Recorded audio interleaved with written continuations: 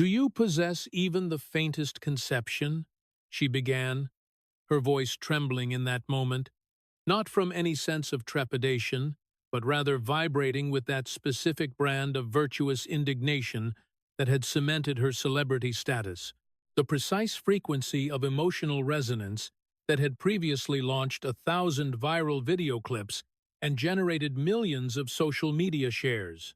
What the actual experience is like to exist as an immigrant within the borders of this nation at this current juncture, to awaken at the start of every single day paralyzed by the terror that your mother, your father, or your own children might be forcibly removed from their residences by armed agents of the state?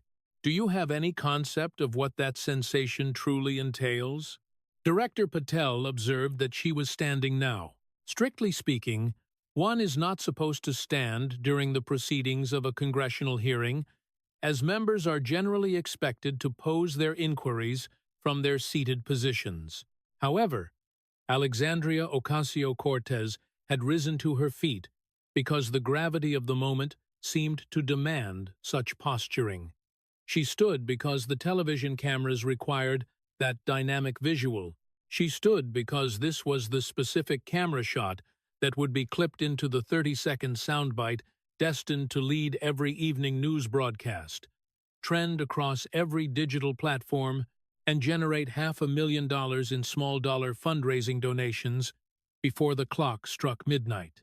The hearing room within the Rayburn building was filled to absolute capacity, with every single chair occupied and the press gallery overflowing into the aisles. The hashtag relating to the Patel hearing was already trending globally.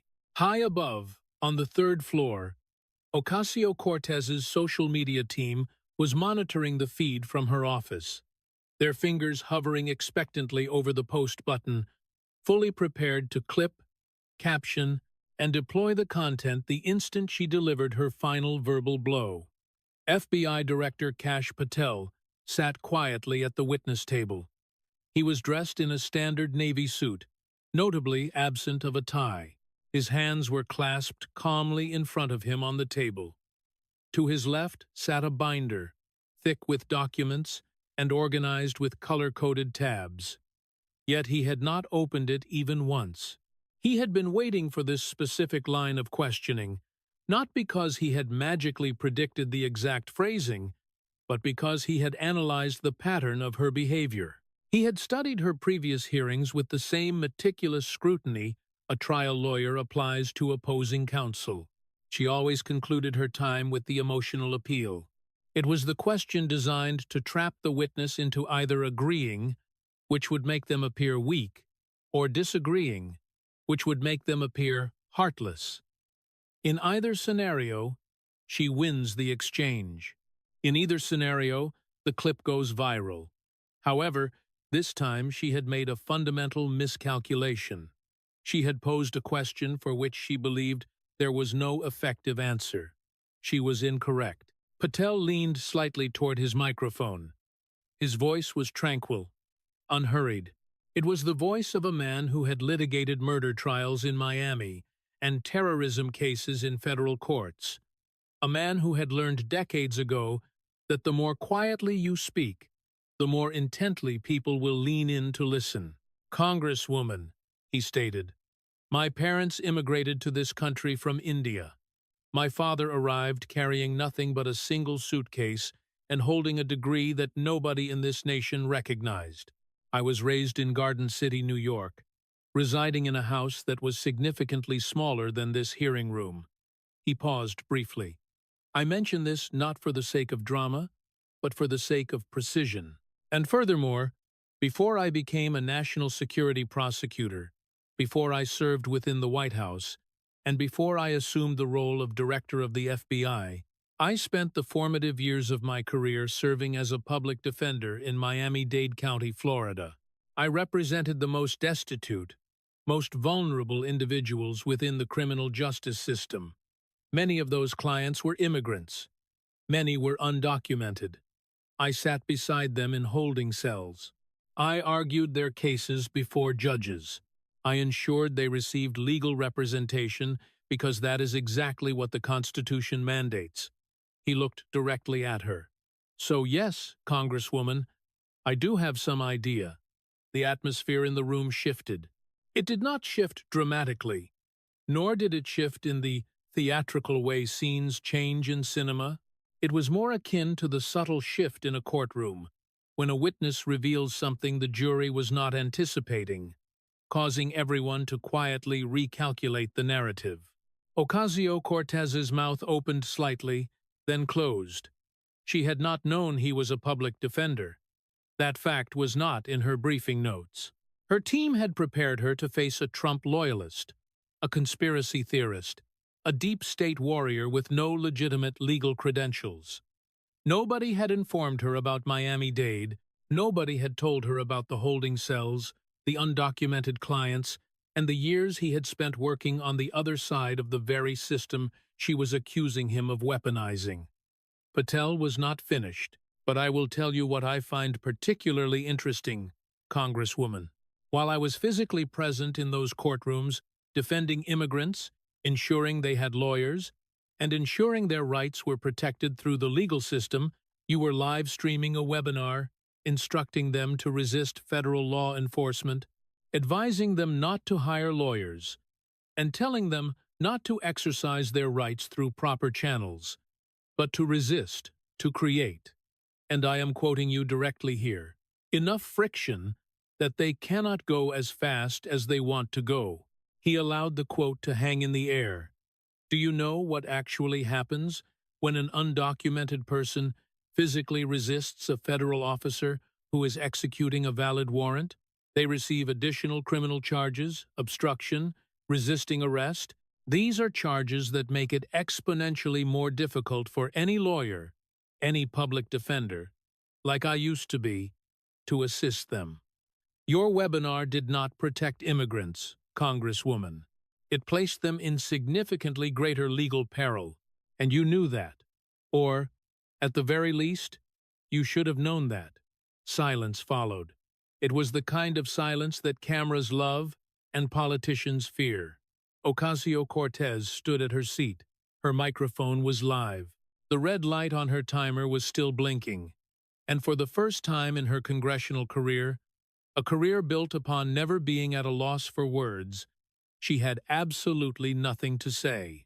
To understand fully how they arrived at this juncture, how the most media-savvy member of Congress walked into a hearing she had designed as a performance piece and walked out as the subject of scrutiny, one has to go back 3 hours to the morning when Alexandria Ocasio-Cortez was still rehearsing her questions in front of a mirror, possessing no idea that the man she was about to interrogate had already read every financial disclosure, every ethics report, and every tweet she had ever posted.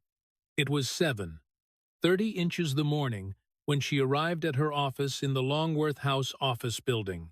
Her chief of staff, Mike Casca, was already there waiting with coffee, a printed timeline, and the social media analytics from the previous night's pre-hearing posts. Engagement is through the roof, Casca reported. The Instagram story regarding your preparation received 2 million views. The tweet about holding Patel accountable has 40,000 retweets. Progressive media is primed. They are expecting fireworks. They will get them, Ocasio-Cortez replied.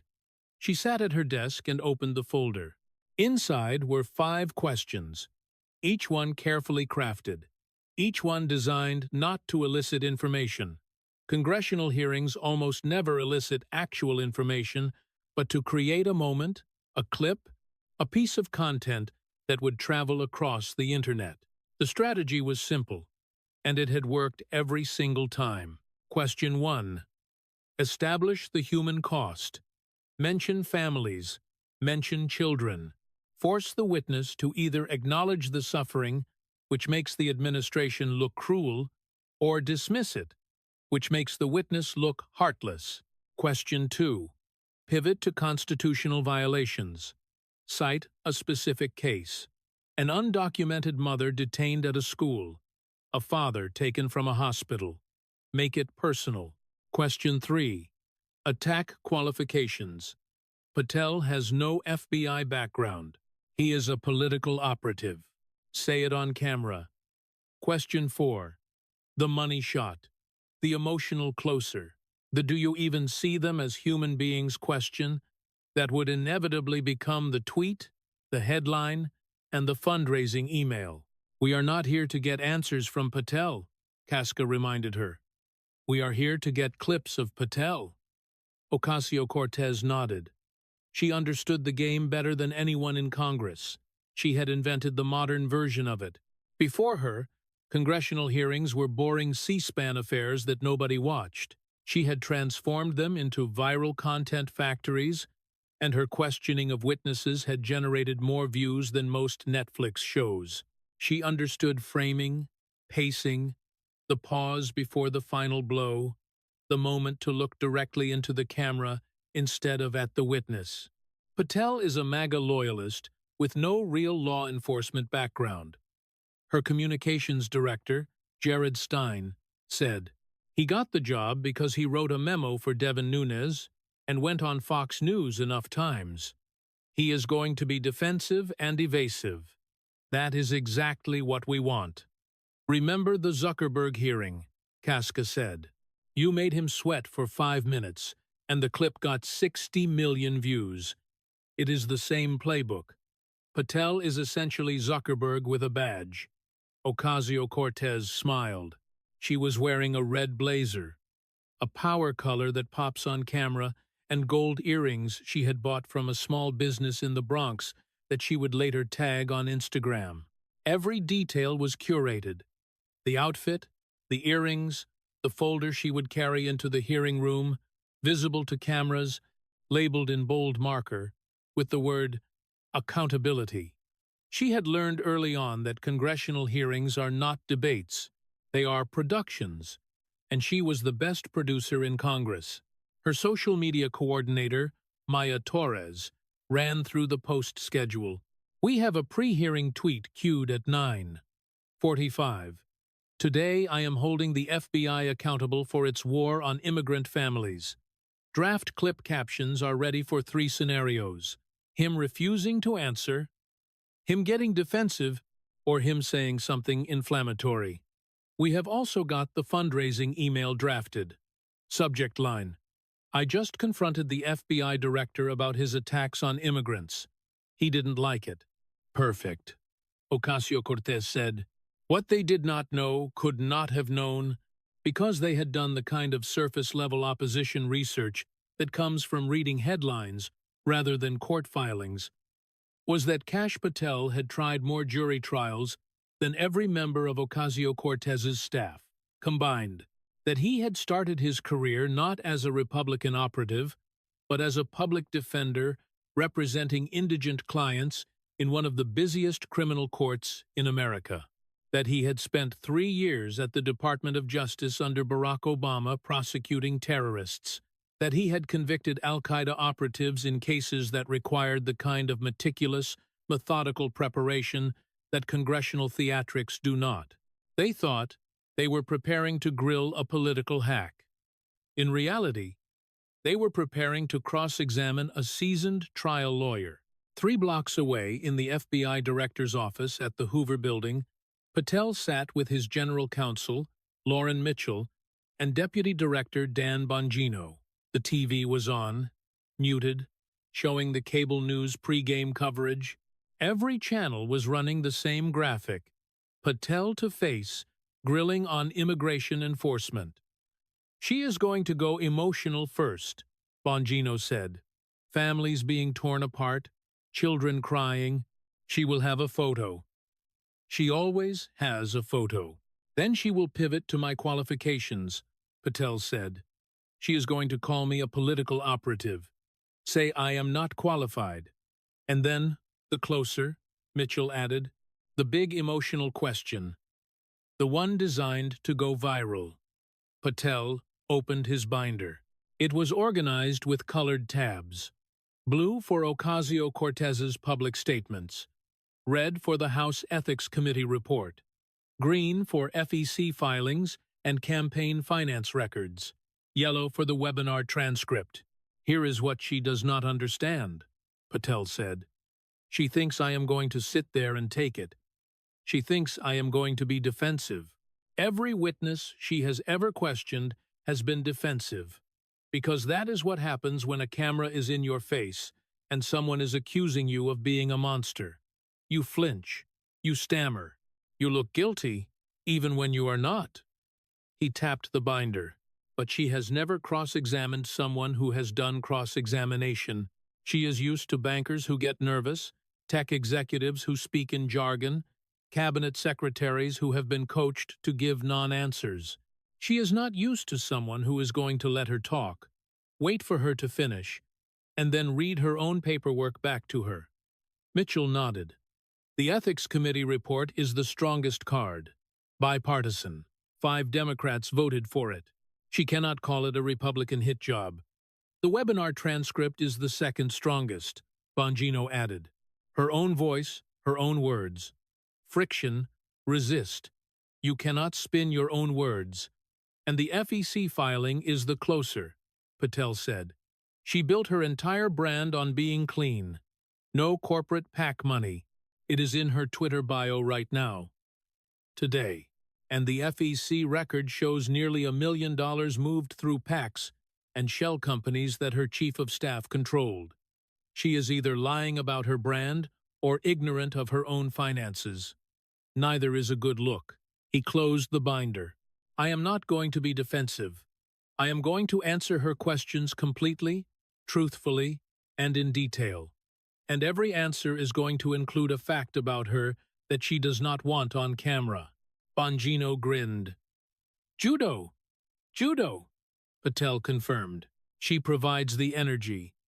I provide the direction. The hearing began promptly at 10. The hearing room was already at capacity 30 minutes before the gavel struck.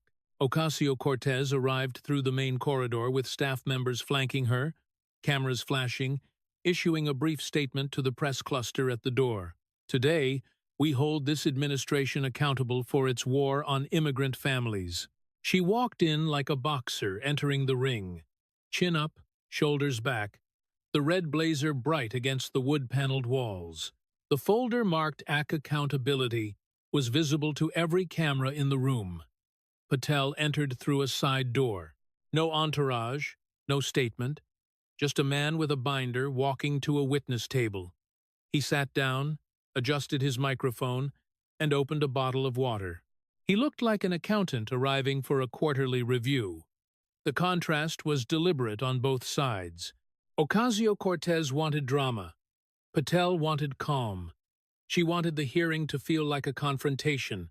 He wanted it to feel like an audit. Only one of them would get what they wanted. Chairman Jim Jordan brought the room to order and read the opening statement. The Committee on the Judiciary will come to order. Today, we will hear testimony from FBI Director Kash Patel on the Bureau's law enforcement priorities, with particular focus on counterterrorism, cartel interdiction, and immigration enforcement. The first 90 minutes were unremarkable. Republican members asked Patel about FBI operations, arrest statistics, and fentanyl seizures. Patel answered with numbers. 25,000 immigration-related arrests since January. 350 Tren de Aragua gang members. 195 milliseconds. 3 members. 66,000 kilograms of cocaine. 1,500 kilograms of fentanyl. 59 foreign intelligence operatives arrested for espionage. The numbers were impressive, but they were boring on camera, which is exactly what Ocasio-Cortez was counting on. By the time her 5 minutes arrived, the audience would be hungry for something emotional, something human, something that cut through the data. She would provide it. The chair recognizes the gentlewoman from New York for 5 minutes, Jordan said. Ocasio-Cortez straightened in her seat, adjusted her microphone, and looked directly at Patel, not at the camera. Not yet. That would come later. For now, she looked at him the way a prosecutor looks at a hostile witness. Director Patel, she began, Since you took over the FBI, your agency has participated in what can only be described as a mass dragnet targeting immigrant communities, ICE raids in residential neighborhoods, agents showing up at schools, parents detained in front of their children. Is this the FBI you are proud of? Patel leaned forward. Congresswoman, I appreciate the question. Let me give you some context for those operations. Since January 20th, the FBI has arrested over 25,000 individuals in connection with immigration enforcement. Of those, approximately 9,000 were flagged for violent criminal histories, prior convictions for murder, assault, sexual offenses, narcotics trafficking. 350 were confirmed members of Tren de Aragua, a Venezuelan prison gang that has established operations in at least 17 American cities. 195 were MS-13. He paused to let the numbers register. We also seized 1,500 kilograms of fentanyl during these operations. Fentanyl, as you know, kills approximately 70,000 Americans per year. 1,500 kilos is enough to kill every resident of New York City 3 times. Director Patel, I did not ask about fentanyl. You asked if I am proud of the FBI's operations. I am. Because every one of those arrests represents a community that is safer. Many of those communities, I should note, are immigrant communities.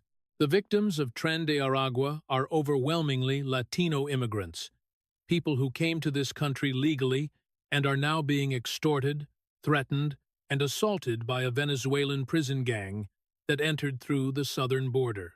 The victims of fentanyl trafficking are overwhelmingly working-class Americans, including immigrants in your own district. He shifted slightly in his chair. I would also note that the FBI has arrested 59 foreign intelligence operatives since January for espionage or smuggling dangerous substances into the country. 59 foreign spies, not immigrants, spies. There is a difference, and I would appreciate it if this committee recognized it. We are protecting the people you claim to represent, Congresswoman. The question is whether you would prefer we stopped. Ocasio-Cortez's jaw tightened. This was not going according to the script. He was not supposed to have numbers ready.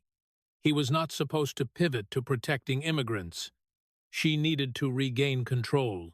Director Patel, you hosted a webinar where you described your plan to, and I quote, crush violent crime. But Tom Homan, your border czar, has publicly threatened to prosecute me for conducting a Know Your Rights session for my constituents, a session where I read from the Constitution. Is this your FBI that threatens members of Congress for reading the Bill of Rights? Patel nodded slowly. I am glad you raised that webinar, Congresswoman, because I have read the transcript. Your entire transcript. Not just the parts your office released, and I would like to read one passage back to you, if the chairman will permit. Jordan nodded. Patel opened the yellow tab in his binder, found the page, and read in a flat, measured voice, quote, when one of these things comes to your backyard, you can resist, and when that happens over millions of people, you generate enough friction that they cannot go as fast as they want to go. End quote. He looked up. Congresswoman, that is not reading the Constitution. The Constitution says you have the right to remain silent. It says you have the right to an attorney. It says you are protected from unreasonable searches. Those are rights. And everyone, citizen and non-citizen alike, is entitled to them. I support those rights. As a former public defender, I spent years making sure people understood those rights, but you did not read the Constitution in that webinar. You instructed millions of viewers to resist federal law enforcement. You told them to create friction. That word, friction, is not a constitutional term. It is a tactical term. It means physical obstruction. And when undocumented individuals follow that advice and physically resist officers executing lawful warrants, they do not gain rights. they gain criminal charges. He set the transcript down. If one of my agents conducted a seminar instructing people on how to create friction against law enforcement operations, I would terminate them. And I find it remarkable that a member of Congress who took an oath to support and defend the Constitution and the laws of the United States is actively coaching people on how to resist the enforcement of those laws. Ocasio-Cortez's communications director, watching from 3 floors up, texted Casca, "She needs to pivot now." Casca glanced at his phone, then at Ocasio-Cortez, but she was already pivoting. She could feel the round slipping away from her, feel the energy in the room tilting toward Patel, and she did what she always did when a line of questioning was not working. She went personal. "Director Patel, let us talk about your qualifications. Before becoming FBI director, your primary experience was as a political operative for Congressman Devin Nunes. You authored a memo that was widely discredited. You promoted conspiracy theories about the Russia investigation. You have zero experience managing a law enforcement agency. How can the American people trust you to lead the FBI?" She said it fast. Machine gun delivery. The style that worked on camera because it gave the witness no time to respond before the next accusation landed. But Patel did not try to answer each accusation. He waited until she was finished. He let the silence stretch for 2 full seconds, an eternity in a hearing room. Then he spoke. "Congresswoman, since you have raised the subject of qualifications, I am happy to address it. Let me walk you through my career, since you seem to be unfamiliar with it. I graduated from law school and began my career in 2005 as a public defender in Miami-Dade County, Florida. For 3 years, I represented indigent defendants, people who could not afford attorneys. Many were immigrants. Many were undocumented. I tried jury cases ranging from murder to narcotics trafficking to complex financial fraud. In 2014, I joined the Department of Justice as a national security prosecutor under President Obama. I led investigations across multiple theaters of conflict and personally prosecuted members of Al-Qaeda and ISIS. I tried those cases in federal court. I obtained convictions. I then served as senior counsel for the House Intelligence Committee, where I led the investigation into Russia's interference in the 2016 election, an investigation that both parties agreed was necessary. I uncovered intelligence malpractice during the FBI's Crossfire Hurricane investigation, findings that were later corroborated by the Inspector General. I served as Deputy Assistant to the President on the National Security Council, where I oversaw counterterrorism operations, including the elimination of senior Al-Qaeda and ISIS leadership and the repatriation of dozens of American hostages. He paused. "Now, Congresswoman, your career. You graduated from Boston University in 2011 with a bachelor's degree in international relations and economics. You worked as a bartender and waitress, which is honest and respectable work. In 2018, you were elected to Congress. You have never tried a case. You have never conducted a criminal investigation. You have never held a security clearance. You have never prosecuted or defended anyone in any court. I do not say this to diminish your career. You have achieved remarkable things in electoral politics, but you opened this door. You questioned my qualifications. So I am simply putting both of our resumes on the table and letting the American people decide who is qualified to discuss law enforcement." The room was quiet, the kind of quiet that happens when something lands so cleanly that nobody knows how to react. Ocasio-Cortez's face cycled through 3 emotions in rapid succession: shock, fury, and something that looked almost like recognition. The recognition that she had made a tactical error, and there was no way to undo it on camera. Chairman Jordan's face was carefully neutral, but the Republican members behind him were not as disciplined. Several were suppressing smiles. One was openly grinning. Ocasio-Cortez regrouped. She had maybe 90 seconds left. She could feel the time draining away. She could feel the 5 minutes that were supposed to be her stage collapsing into a ruin. She needed to change the subject entirely. She needed something that would put Patel back on defense. Director Patel, since you want to talk about qualifications and accountability, she said, her voice harder now, the performance abandoned, real anger seeping through. Let us talk about yours.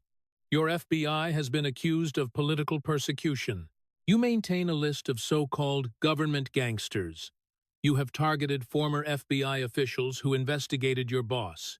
You have turned the Bureau into a personal instrument of revenge for Donald Trump. Is that your idea of law enforcement? Patel's expression did not change, but something shifted behind his eyes. It was the patience of a man who has been waiting for exactly this opening. Congresswoman, I appreciate your concern about accountability. Let me demonstrate what accountability looks like by noting a few items from the public record. Your record. He opened the red tab. July 2025. The House Ethics Committee, bipartisan, 5 Democrats and 5 Republicans, released its report on your attendance at the 2021 Met Gala. The committee found unanimously that you impermissibly accepted gifts in violation of House rules, standards of conduct, and federal law. Those gifts included a custom designer gown, professional hair and makeup services, accessories, and a complimentary ticket for your partner. The committee found that you failed to reimburse vendors in a timely manner, and that several vendors were only paid after the investigation began and after they threatened your campaign. Ocasio-Cortez's lawyer, seated behind her, started to rise. She waved him down. The dress, Patel continued, read, "Tax the rich." You wore it at an event where tickets cost $35,000 per person. You wore a dress, demanding that the wealthy pay their fair share, while accepting that dress and everything that came with it for free from the rich. The committee called your conduct inconsistent with House rules, laws, and other standards of conduct. Those are their words, not mine. The Ethics Committee found my violations were not knowing and willful. Ocasio-Cortez started. That is correct. They did not find criminal intent. They found carelessness. They found that you relied on staff and designers to calculate fair market value, and that those calculations, quote, did not fully account for the true cost of the unique goods and services you received, which is another way of saying you accepted expensive gifts and didn't bother to figure out what they were worth until someone made you. He turned a page. Shall I continue? Your former chief of staff, Saikat Chakrabarti, established 2 political action committees, Justice Democrats PAC and Brand New Congress PAC, and a limited liability company, Brand New Congress LLC. Between 2016 and 2018, those PACs transferred nearly $1 million to the LLC, which Chakrabarti owned, under the description Strategic Consulting. Your campaign also paid his LLC for consulting, and his PAC, the one you sat on the board of, paid your then-boyfriend Riley Roberts $6,000 for marketing consulting. He let that sit. You campaigned on the slogan, 100% people-funded, no corporate PAC money. That is still in your Twitter bio. Meanwhile, your chief of staff was operating what the FEC complaint described as a shadowy web of PACs and LLCs that moved nearly $1 million with minimal disclosure. The FEC investigated. 3 of 6 commissioners voted to find reason to believe violations had occurred. 3 voted against. A tie, which means 3 federal election commissioners believed your campaign broke the law. The case was closed only because the FEC couldn't reach a majority, not because you were cleared. And as recently as March of this year, Americans for Public Trust filed another ethics complaint about your use of taxpayer funds, specifically payments from your member representational allowance. That is the taxpayer-funded budget every member of Congress receives for official duties to a dance company and an individual labeled as training. When asked about it, you tweeted, and I quote, 100% wrong. None of this is taxpayer money. This is an FEC filing. He looked up. That statement was false, Congresswoman. The payments in question were dispersed from your MRA, your taxpayer-funded office budget, not from your campaign, not from an FEC filing, from the account, the American taxpayer funds for your official duties. You told the public it wasn't their money. It was. Ocasio-Cortez's timer was blinking. She had 30 seconds left, maybe 40. Her mind was racing, scrolling through the playbook for the response, for the pivot, for the thing she could say that would rescue this moment and turn it into something she could use. She found it. The one card she always played when everything else failed. The emotional card, the immigrant card. The card that had worked every single time, because nobody, no Republican, no Fox News host, no hearing witness had ever been able to counter it without looking like a monster. She leaned into the microphone, softened her voice, let the anger drain away, and replaced it with something that sounded like pain. Director Patel, I think it is clear what is happening here. You are using this hearing to attack me because I defend immigrant communities, because I stand with people who are afraid, because I dare to challenge this administration's cruelty. But I want to ask you one more question, and I want you to answer honestly. She paused, looked at the camera, then back at him. Do you have any idea what it is like to be an immigrant in this country right now? To wake up every morning terrified that your mother, your father, your children will be dragged out of their homes by armed men? And now, we are back where we started. This was the moment she thought would save her. The viral question. The clip that would overwrite everything else. The immigrant story that nobody could counter without looking heartless. But you already know what happened. You heard it at the beginning. Patel told her about his parents, about Garden City, about Miami-Dade, about the holding cells and the indigent clients, and the years he spent defending immigrants in court while she was tending bar in the Bronx. None of it was an insult. All of it was devastating. While I was in those courtrooms defending immigrants, making sure they had lawyers, making sure their constitutional rights were protected, he said, his voice still flat, still measured, still the voice of a man reading facts into a record. You were using them as props for fundraising emails, while I was making sure undocumented defendants understood their right to counsel. You were live streaming instructions on how to resist federal law enforcement, which does not protect them. It puts them in more danger. Your webinar did not give them lawyers, Congresswoman. It told them to resist. It told them to create friction. And when an undocumented person follows that advice and resists a federal officer, they do not get protected.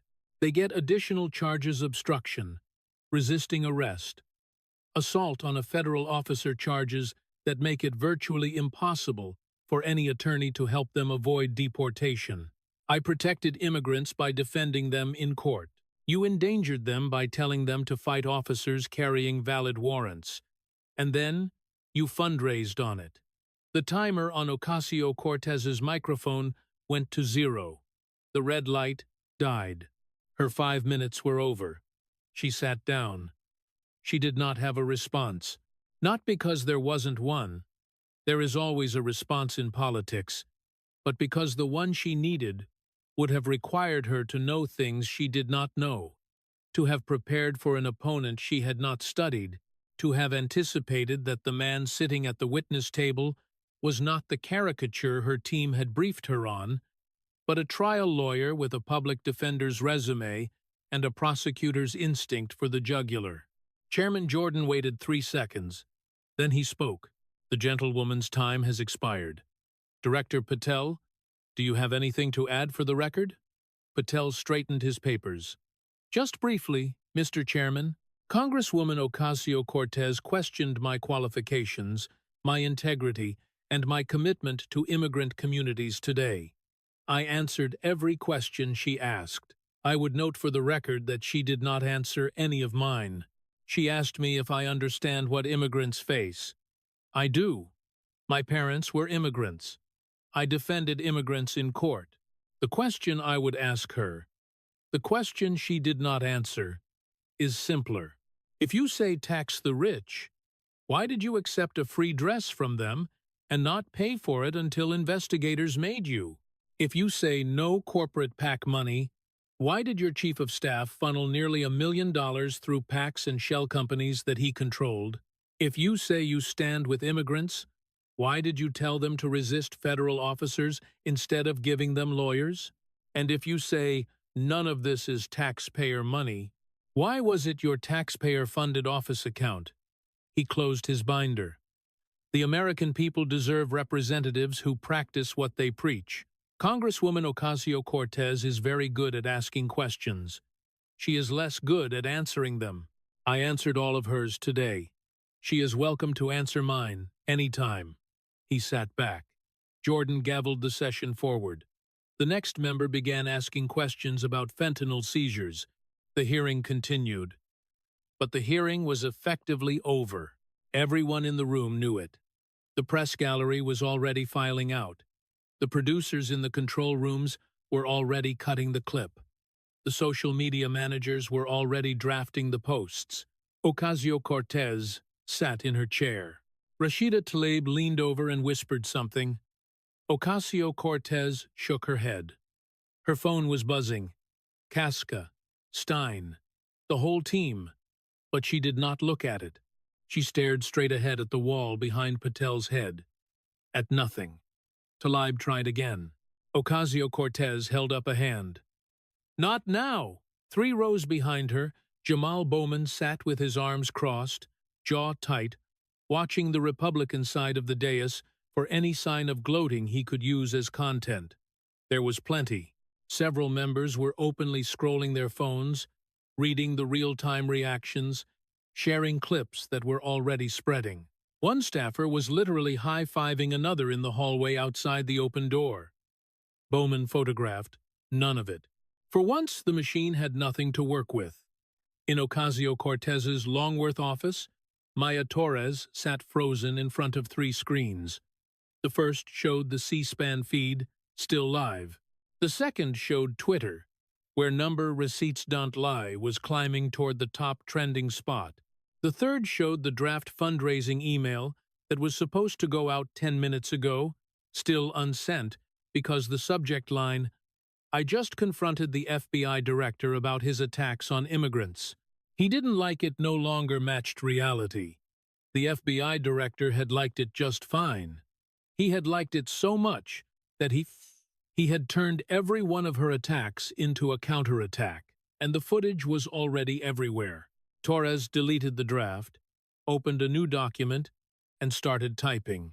Today, the Trump administration's FBI director launched an unprecedented personal attack against me in a congressional hearing.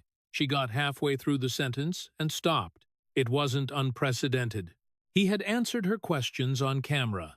That was the problem. You can't call it an attack when the other person is simply responding to your questions with facts from public records.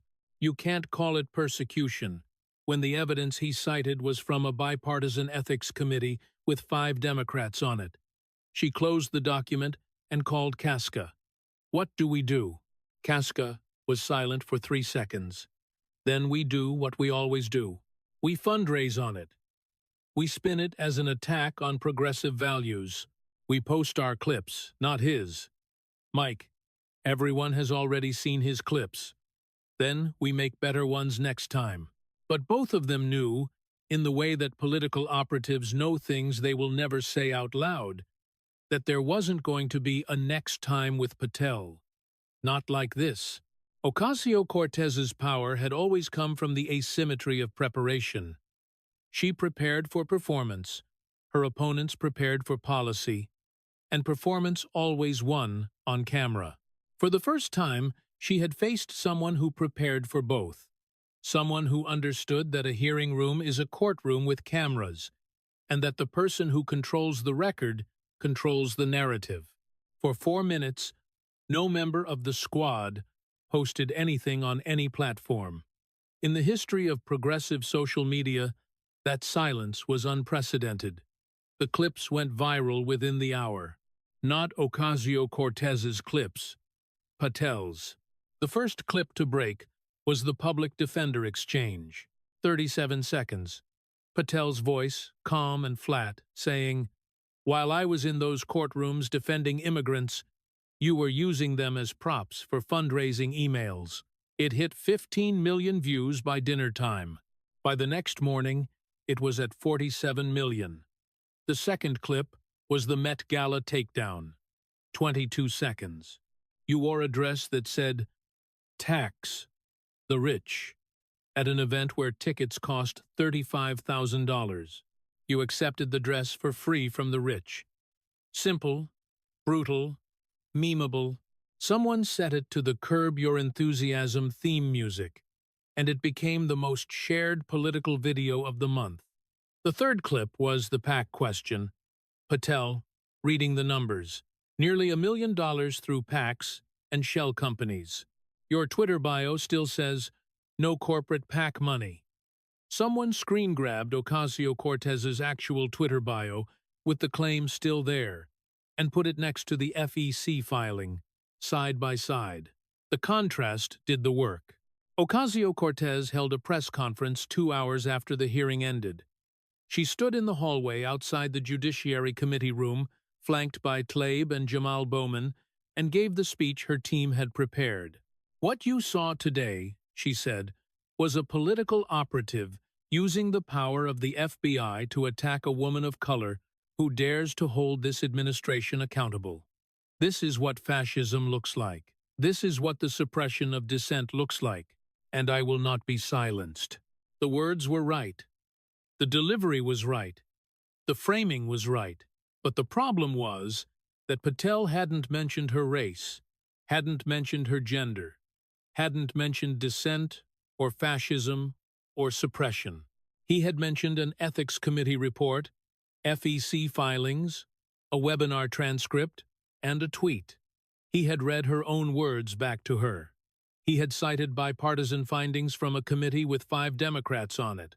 The fascism defense didn't stick because the attack it was designed to counter hadn't been made. Progressive media tried to spin it. Patel attacks AOC in political theater ran the MSNBC chyron. FBI director uses hearing to target progressive lawmaker, read the Huffington Post headline. But the problem with spin is that it requires the audience to not watch the actual footage. And 47 million people had watched the actual footage. They had seen Ocasio-Cortez ask the questions. They had seen Patel answer them. They had seen him read the Ethics Committee findings, the FEC complaint, her own tweet about taxpayer money. They could judge for themselves. In the Bronx, the reaction was complicated. Ocasio-Cortez's district, New York's 14th, covering parts of the Bronx and Queens, is one of the most diverse in the country. It includes large immigrant communities, working-class families, small business owners, and the kind of people who work 60-hour weeks and don't have time for Twitter wars. A local news crew stopped at a bodega on Westchester Avenue. The owner, a Dominican woman named Carmen who had lived in the Bronx for 31 years, gave an interview that was shorter and more devastating than anything said in the hearing room. "She wore a dress that cost more than my rent for a year," Carmen said.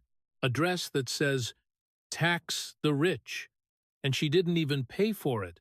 She tells me she is fighting for me. But who is fighting for me when my rent goes up, and she is at a party with celebrities? I voted for her 3 times. I am not sure about a 4th. A young Ecuadorian man who worked at a car wash 2 blocks away was more direct. She told people to resist. My cousin followed that advice. Resisted. Got charged with obstruction. Now he can't get asylum because he has a criminal charge. Thanks to her advice, she was trying to get views on Facebook. My cousin is trying to not get deported.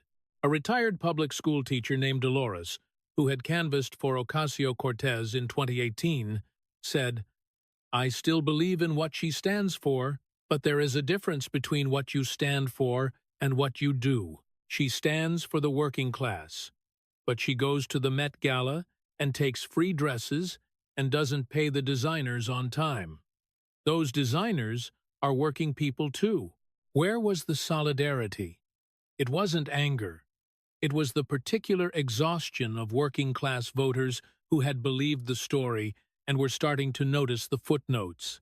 The polls moved. Not dramatically, they never do after a single hearing.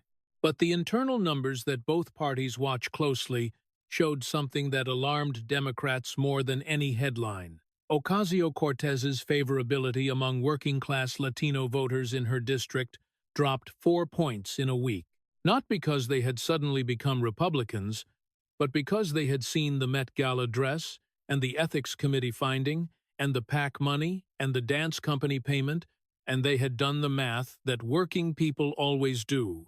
She says she is one of us, but she acts like she is one of them. Moderate Democrats who had long been wary of Ocasio-Cortez's influence on the party's brand began to distance themselves quietly. No public statements, no dramatic breaks, just a subtle shift in the invitations that didn't come, the joint press conferences that weren't scheduled, the endorsements that were suddenly pending further review. In Washington, the withdrawal of warmth is how parties discipline their own. The deeper damage wasn't in any single clip or headline. It was in the pattern that Patel had laid bare. A pattern of systematic contradiction between brand and behavior that, once you saw it, you couldn't unsee. Tax the rich, but accept free designer goods from the wealthy and pay only when investigators force you. 100% people-funded, but run $1 million PAC network through shell companies your chief of staff controls. Stand with immigrants, but tell them to resist federal officers instead of giving them lawyers, increasing their legal jeopardy for the sake of a viral clip. Government accountability. But tweet false information about your own office disbursements when caught using taxpayer money for dance classes. No single item was a career ender. Politicians survive ethics findings. They survive FEC complaints. They survive bad tweets. But the accumulation of them, laid out in sequence by a man who spoke like a prosecutor reading an indictment, created something that was harder to survive than any individual scandal: a credibility gap. The distance between what she said and what she did. The distance between the dress and the bill, between the slogan and the filing, between the performance and the record. Patel didn't call her a criminal. He didn't call her corrupt. He didn't call her a hypocrite, though the word hung in the room like smoke. He called her something worse, something more precise, something that in politics is more fatal than any accusation of crime. He called her someone who doesn't practice what she preaches. And he proved it with her own documents, her own words, her own ethics committee findings, not with conspiracy theories or partisan attacks, but with the boring, devastating paperwork of public accountability. She had walked into the hearing room as the questioner. She had walked out as the subject, not because Patel had attacked her, but because he had answered her questions, and every answer was a mirror she didn't want to look into. In the weeks that followed, Ocasio-Cortez did what she always did. She fundraised on the controversy. She posted clips, her clips, carefully edited to show only her questions and not his answers. She gave interviews about political persecution and the silencing of progressive voices. The machine still worked. The donations still came. The followers still followed. But something had shifted, and everyone could feel it, even if nobody could quite name it. The shift wasn't in what people thought of her politics. It was in what people thought of her sincerity. And in politics, Sincerity is the one thing you can't fundraise your way back to.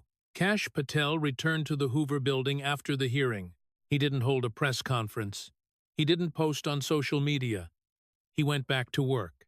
There were cartel cases to review, fentanyl shipments to intercept, terrorism threats to assess, drone incursions to monitor before the 2026 FIFA World Cup. The kind of work that doesn't trend on Twitter because it is not designed to. When Bongino asked him how he thought it went, Patel shrugged. She asked questions. I answered them. That is how hearings are supposed to work. That is not how her hearings usually work, Bongino said. That is because nobody has ever treated her like opposing counsel before. They treat her like a celebrity. They get intimidated by the camera, by the followers, by the machine. They forget that it is a hearing room, not a studio. And in a hearing room, the person with the better preparation wins, not the person with the better Instagram. When a reporter asked him for comment the next day, he said only, I answered the Congresswoman's questions. I am available to answer more anytime she would like. That was it. No victory lap, no gloating, no hashtag. Just a man with a binder full of receipts who had walked into someone else's performance and turned it into a trial. The receipts don't lie. That was the lesson. Not just for Ocasio-Cortez, but for anyone who builds a brand on saying one thing while the paperwork says another. Sooner or later, someone reads the paperwork, and when they read it back to you on camera, in front of the world, no amount of performance can make the numbers disappear. She had asked him if he understood what immigrants face. He did. He had defended them in court while she was tending bar. He had represented them in holding cells while she was planning her primary campaign. He had made sure they had lawyers while she was telling them to resist officers. The question she should have asked, the question she would never ask because it has no good answer, is simpler than the one she chose. Who actually helped them? The man with the law degree and the public defender's caseload? Or the woman with the Instagram following and the free dress? She never answered.